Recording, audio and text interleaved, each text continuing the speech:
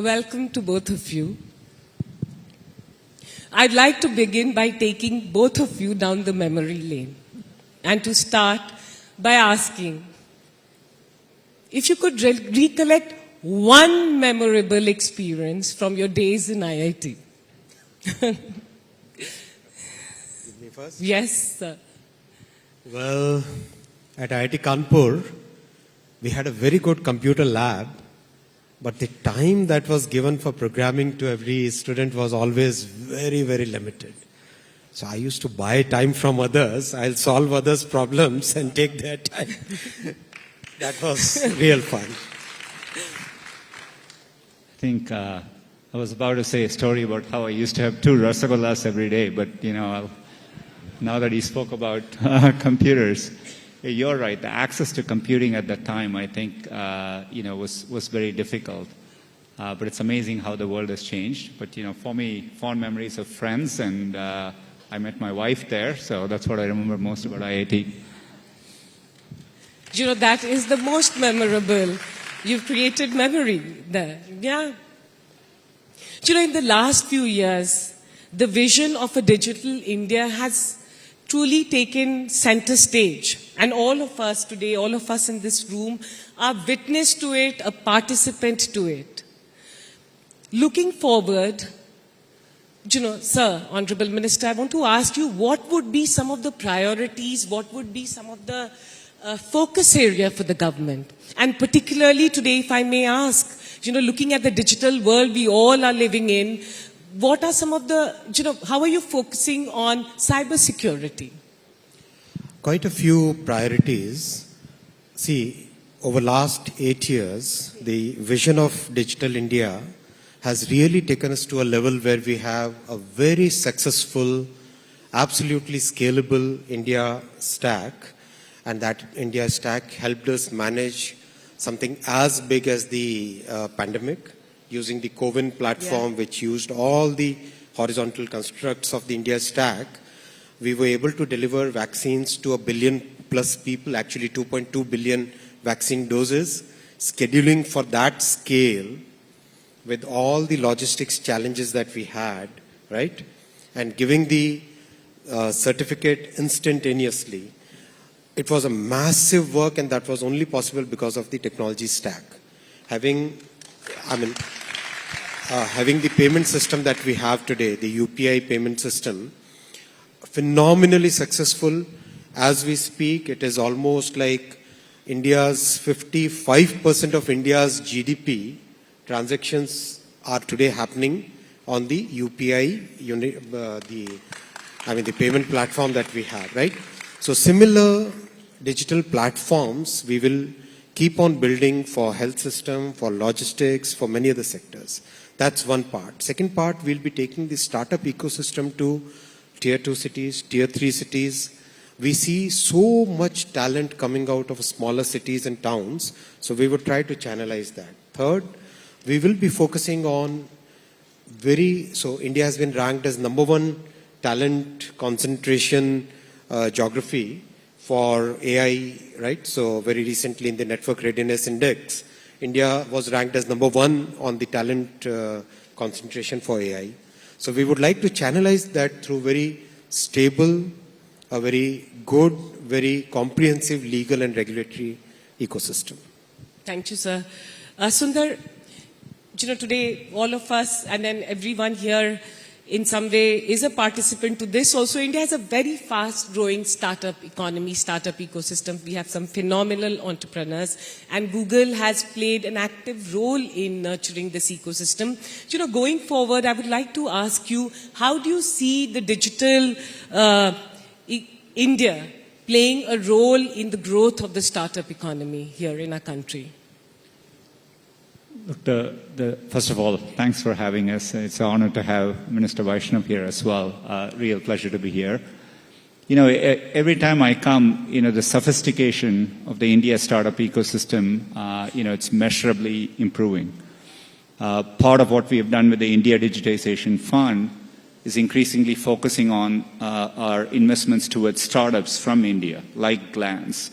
And, these companies are getting noticeable scale.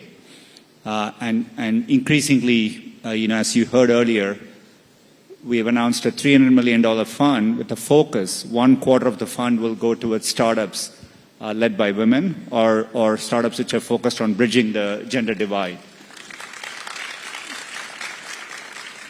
I think, to me, the opportunity India has, if you look at the US as a market, the reason startups are successful is when they build something, they have an access to a 300 million plus market. And it's easy to build something which scales across the entire country. This hasn't always been true in places like Europe because you have to scale across 26 markets, and it's tough for a startup to get that scale. I think that's the opportunity India has. How do you make sure a startup can easily scale across the entirety of an Indian market? So I think those are all ways by which policies can help, and we can play a role as well. But there is no better time to do a startup than the current moment. Even though we are working through a macroeconomic moment like this, companies like Google were created in moments of a downturn. So I think, I'm very bullish about it over time. Sundar, I have to say this as a woman entrepreneur, that it's very, very encouraging that you're saying that, the fund will also focus on women-led businesses. And I just saw some of you clapping, but Zordar, dil se tali ho sakti hai. Because it is a very, very significant moment for our country, for women. And we need more women entrepreneurs.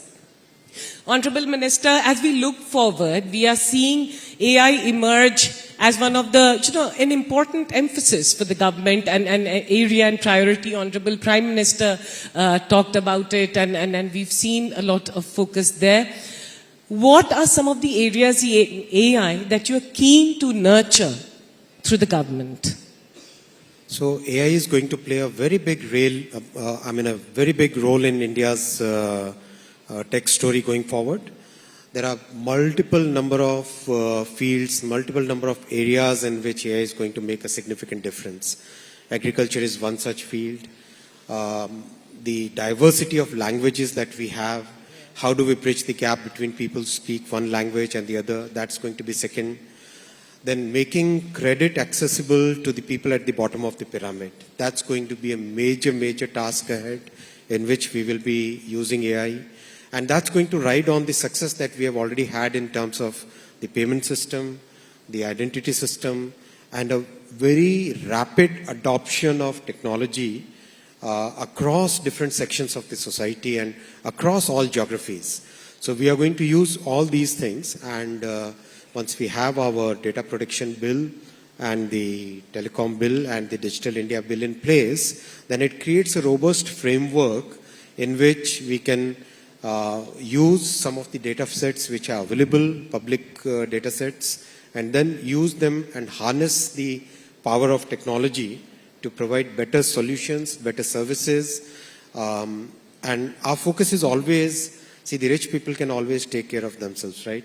Our focus is always on the middle class and the poorer sections of the society. As government, we are very keen to make sure that every section of the society, marginalized sections of the society, they are able to get the benefits of technology the way some of us who are better endowed, similar level of technology benefits, they should also be able to get. So we'll be focusing on AI, multiple sectors as well as different sections of the society.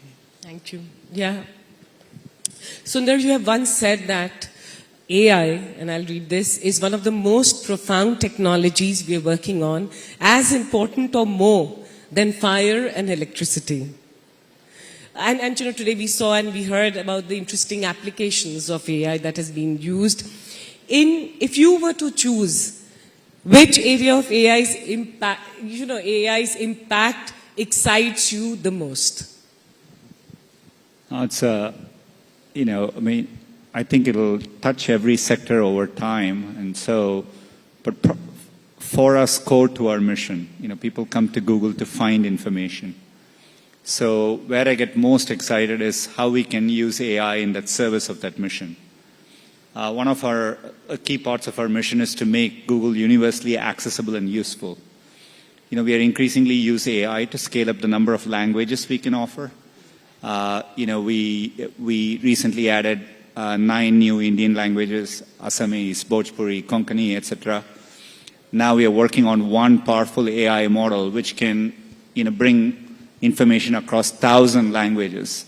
So all that we can use to make sure it's available to more people. But over time, I think the biggest change is, as humans, we look at the world around us, we listen to what's happening, you see with your eyes, and then that's how you consume information. So being able to bring all that, we call this multimodal, and bring that view when you ask a question to Google, and then get that rich answer back, is what I think AI will end up playing a role. Whether you're showing an image or you look at something and say, tell me about this. We want to bring all that as experiences to our users. And I think AI will end up playing a powerful role, and I'm very excited about it. Minister, all of us are very proud of India's stack, and especially all of us in the tech ecosystem. We have something to say because India's stack leads the world story when it comes to the use of technology for public good. I want to ask you, what role do you envisage the private sector playing in delivering the India stack to other emerging economies to help them unlock the economic potential of it, especially when it comes to digital public infrastructure in terms of payments and health? So the interest on India's stack is there throughout the world. So it's a very unique way of looking at developing technology and taking it to the society, right? Multiple number of small constructs which put together can create a great solution. We believe that in this entire development of India's stack, the role of private sector is very, very important, because the government is providing the platform.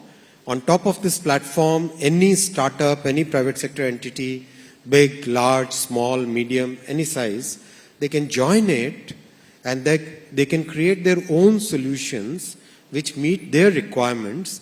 So, for example, the payment is a very good solution. A very good example. The payment system, from a very small startup payment guy to a big established bank like a State Bank of India, right? They are all on the same platform which government has provided. So our thought process is that we provide the platform and the private sector starts using that platform to build new solutions. So I think not only in the emerging economies, but also in well-developed, very advanced economies also, people are showing a lot of interest in it. We have MOUs on payment system itself with about 30 odd countries by now. And private sector will play a very big role in, let's say somebody wants to have similar identity system in, let's say France, a digital identity system, right? So our companies can go there, work with their governments, work with their public institutions, work with their regulatory systems, and over a very long period develop a trusted solution for other countries. Yeah, this is very, very encouraging and a matter of pride for all of us. Yeah.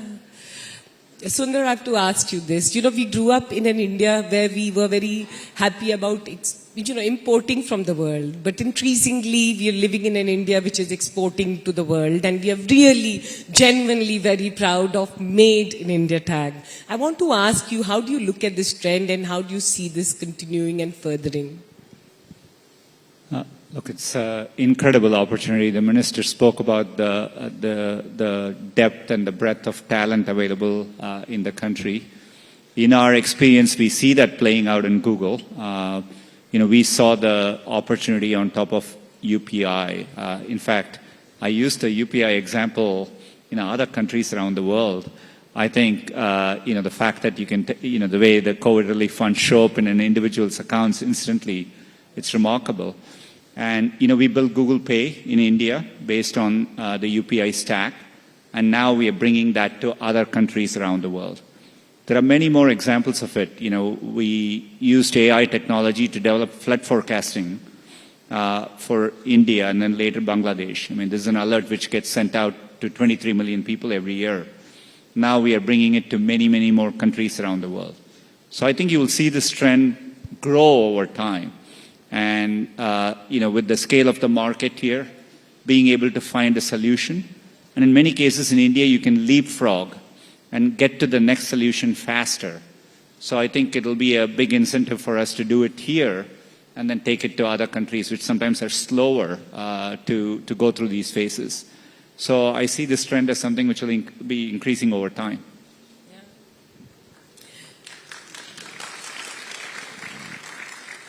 I just think that, this is a conversation we are all very happy to have, no? So we can give, if you want to clap, clap with full energy. Minister, in a fast digitizing economy like ours, having robust regulations and frameworks becomes very important for secured, safe, and also transparent use of internet. What are some of the areas that are important for you? How do you see this emerging in the future? Listen, in my view, humanity has created institutions and structures throughout its whatever number of 1,000 years it has existed, and with each change in technology, each big quantum jump that happens in the way we live, new challenges come up, right? And we have to find out ways and means by which we create a very balanced way of absorbing technology, because technology brings many new opportunities with it. It also brings many new challenges with it. And in today's world where information is ubiquitous, in India the cost of data is so low and adoption of technology is so rapid. In this kind of scenario, how do we create a legal and regulatory structure which is in tune with times, which matches India's needs, which is built around our realities? So that's the way we are working, and Prime Minister has given us a very clear target of creating a comprehensive legal regulatory framework. So we are creating 3 horizontals. First is the telecom bill, which is for the carrier. Second is the digital protection bill, which is focused around enforcing citizens' privacy rights. And third is the Digital India bill, which is going to look at practically everything else which is required to be seen.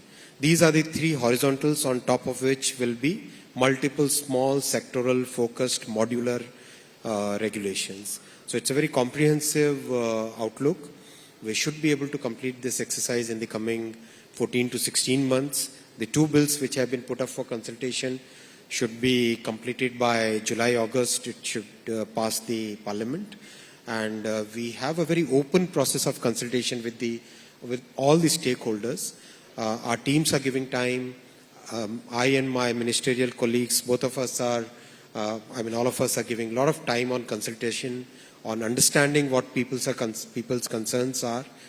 So, net, the solution which is emerging is really good, and most people who have interacted so far with us have shown that, have kind of expressed that this kind of template is needed in many other economies which are rapidly getting digitized. Thank you. Sundar, looking at the global landscape, what's Google's view on India's tech regulations? Look, I think if you look at the scale at which tech is working, and it's so touching the lives of people around the world, to me it makes sense that tech needs responsible regulation. I think it's important for countries to think about how to best safeguard its citizens, be it privacy, be it security, and so I think it's an important phase, and so we are engaging constructively. I think India has a leadership role to play here. Again, given the scale and the technology leadership it will have. And it's important to make sure you're balancing, and putting in safeguards for people. You're creating innovative framework so that companies can innovate, on top of a certainty in the legal framework. So I think it's an important moment in time. But through it all, hopefully India can also be a voice for, India will also be a big export economy, will benefit from a open and connected internet. And I think getting that balance right, I think will be important. Yeah, absolutely. I know we are running on time and we can continue doing this conversation, but before we close, one final question to both of you. You know, the tech sector is growing at a phenomenal pace in our country, and I'm again going to say we are very proud participant, witness, and in some ways all of us builders of it. If you had to, both of you had to give advice to the next generation, which is entering this space, the tech space, what would you say? I would say that think on population scale, think on global scale, because all the constructs, all the basic components which are needed for creating a very humongously big scale solution are today available. So don't think small, think big. No, I definitely agree with that. I would also say for young people, tech is much broader than just programming or engineering alone. I think for tech to work at scale, including things like AI, thinking about the surrounding areas, be it policy, be it ethics, so just thinking about tech holistically, I think will create opportunities for many more people. So, the more people can get involved across all walks of life, I think tech will be better for society. Thank you. Thank you so much, Minister, for taking our time to be here. I always say that it shows the commitment to be involved in the tech and the startup econ, to building this. Thank you for taking our time. And Sundar, thank you so much for inspiring all of us. Thanks a lot. Before both of you go, can I ask you for a photo ops, please? Yes. Thank you so much for having us. Thank you.